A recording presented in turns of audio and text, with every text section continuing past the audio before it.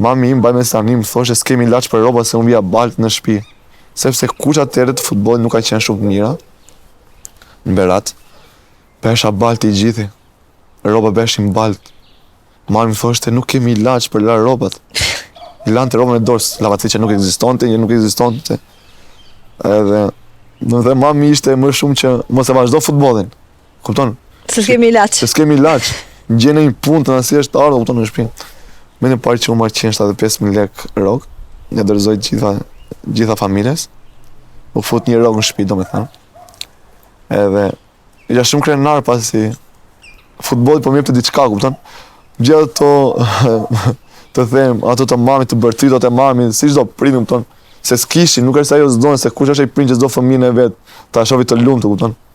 Gjithë ato të vërtetë e mamit, unë ndjen lumtur dhe ajo, kupton? Për të parë programin me Mbrëma Yje, mjafton të bëni subscribe në kanalin Arbana Osmani në YouTube.